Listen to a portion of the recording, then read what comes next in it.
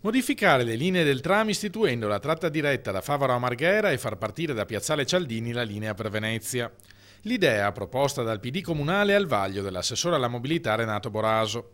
Stiamo valutando con delle simulazioni se porterebbe a un aumento del numero di passeggeri, spiega. In caso affermativo daremo il via libera. In questo momento sono quasi 40.000 gli utenti medi che sono giusti per coprire la rata al mese del mutuo.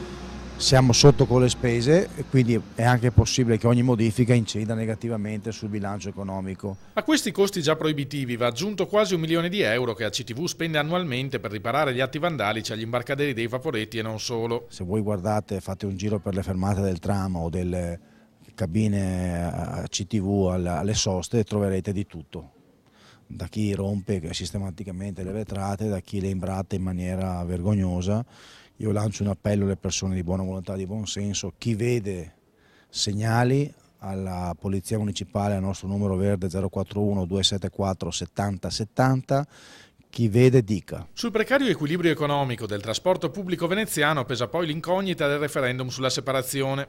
L'ultima cosa di cui la città ha bisogno, sostiene Boraso, sarebbe un interminabile contenzioso tra Mestre e Venezia su come suddividere costi e benefici dei servizi. Siamo pieni di geni, abbiamo una regione Veneto ricca di geni che non sapendo cosa fare, invece di occuparsi dei problemi concreti, di tagli alla sanità, degli sperperi sul Mose, degli sperperi sulle grandi opere pubbliche, eccetera, ecco, si occupa anche di cose che probabilmente non si capisce bene di cosa vogliono proporci.